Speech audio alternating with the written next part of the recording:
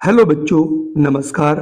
मैं हूं नारायण पटेल। आपके अपने चैनल पर आज मैं पुनः आप लोगों के लिए जीके के क्वेश्चंस लेकर के आया हूं। जो 20 क्वेश्चन है जो कक्षा 9 और 11 के लिए वेरी मोस्ट इम्पॉर्टेंट है। तो आइए फटाफट शुरू कर लेता हूं। सबसे पहला प्रश्न है, वायुमंडलीय दाब किस यंत्र से मापते हैं? बैरोमीटर, थर्मामीटर, लैक्टोमीटर या फिर सेस्मोमीटर? तो इसका सही आंसर आप जल्दी से कमेंट कीजिए। और इसका सही आंसर है ऑप्शन ए, बैरोमीटर। थर्मामीटर से ताप मापते हैं, लैक्टोमीटर से दूध की शुद्धता मापते हैं और सिस्मोग्राफ से जो है भूकंप जो है का मापन किया जाता है। तो इसका मतलब यहाँ पर ऑप्शन ए सही होगा। चलिए बढ़ते हैं अगले प्रश्न पर। अगला प्रश्न आपके सामने है, घड़ी में चाबी देने पर कौन सी ऊर्जा एकत्र होती है? आपके ऑप्शन है गतिज ऊर्जा, स्थितिज ऊर्जा, विद्युत ऊर्जा या फिर दबाव।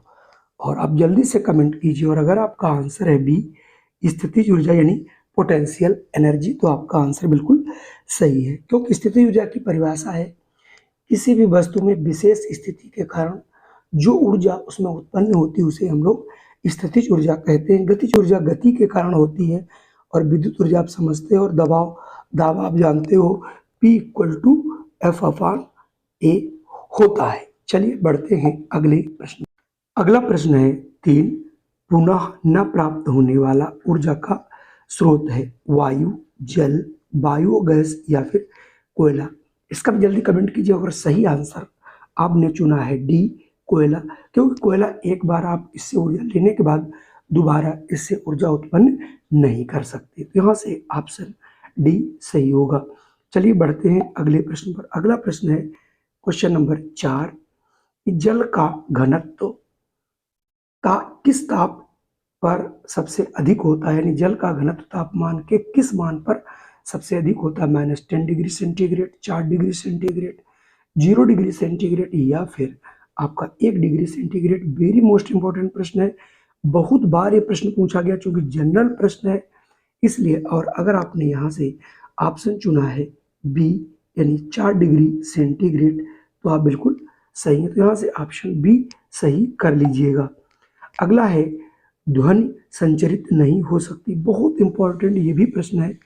गैस में, निर्वात में, द्रव में या फिर ठोसों में जो ध्वनि का संचरण होता है वो निर्वात यानी वैक्यूम में नहीं होता।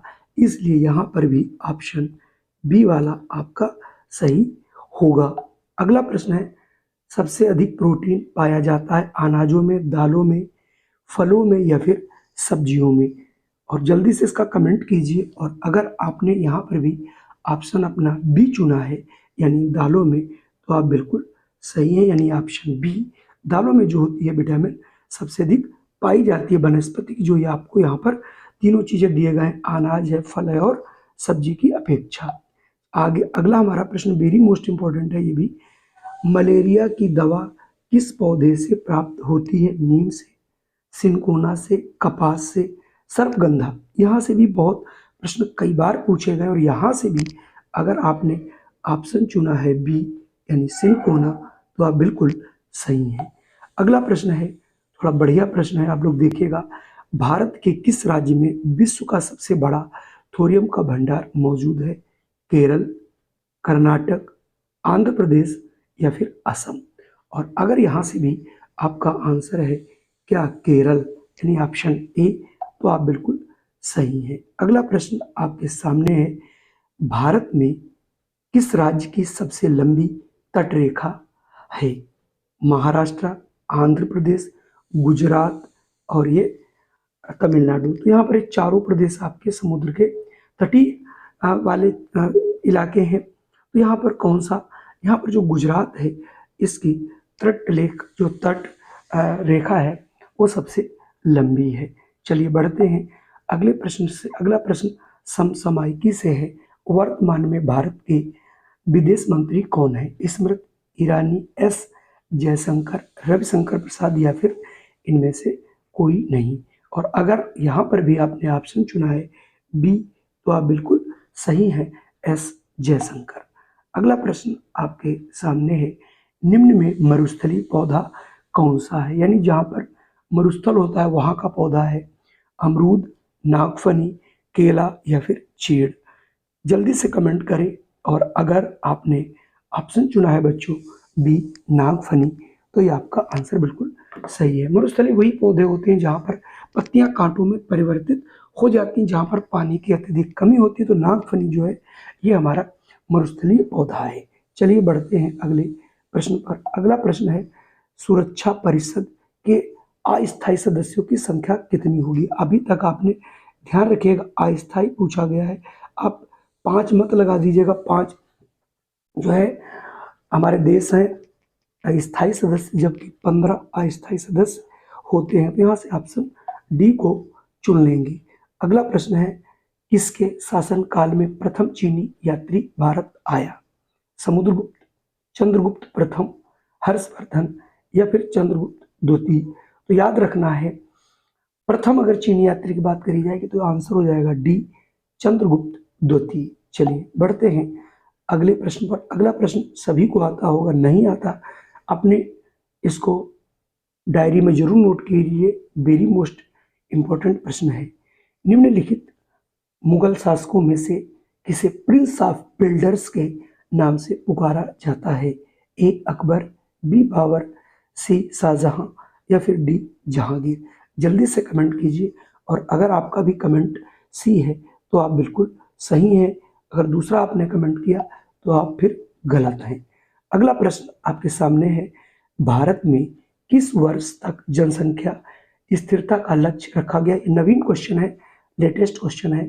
तो ये रखा गया है 2075 तक कि जो भारत की जनसंख्या है उसे स्थिर करने का लक्ष्य रखा गया है। यहाँ पर भी अगर आपने ऑप्शन सी चुना है 2075 तो आप बिल्कुल सही हैं। अगला प्रश्न है मणिपुर की राजधानी क्या है? यहाँ से तो एक प्रश्न आपको मिलना ही मिलना है, चाहे भारत के राज्यों की राजधानी पूछी जाए या फिर विश्व के देशों की। तो इम्फाल है, दिसपुर है, ईटानगर या इनमें से कोई नहीं। और यहाँ पर भी अगर आप ऑप्शन ए चुनते हो इम्फाल तो आप बिल्कुल सही हैं। अगला प्रश्न है भारत का नेपोलियन किसे कहा जाता है? भारत का नेपोलियन किसे कहा जाता है? चंद्रगुप्त मौर्य, समुद्रगुप्त, कनिष्क या फिर अशोक? यहाँ पर भी अगर आपका ऑप्शन रहता है बी तो आप बिल्कुल सही हैं, यानी समुद्रगुप्त।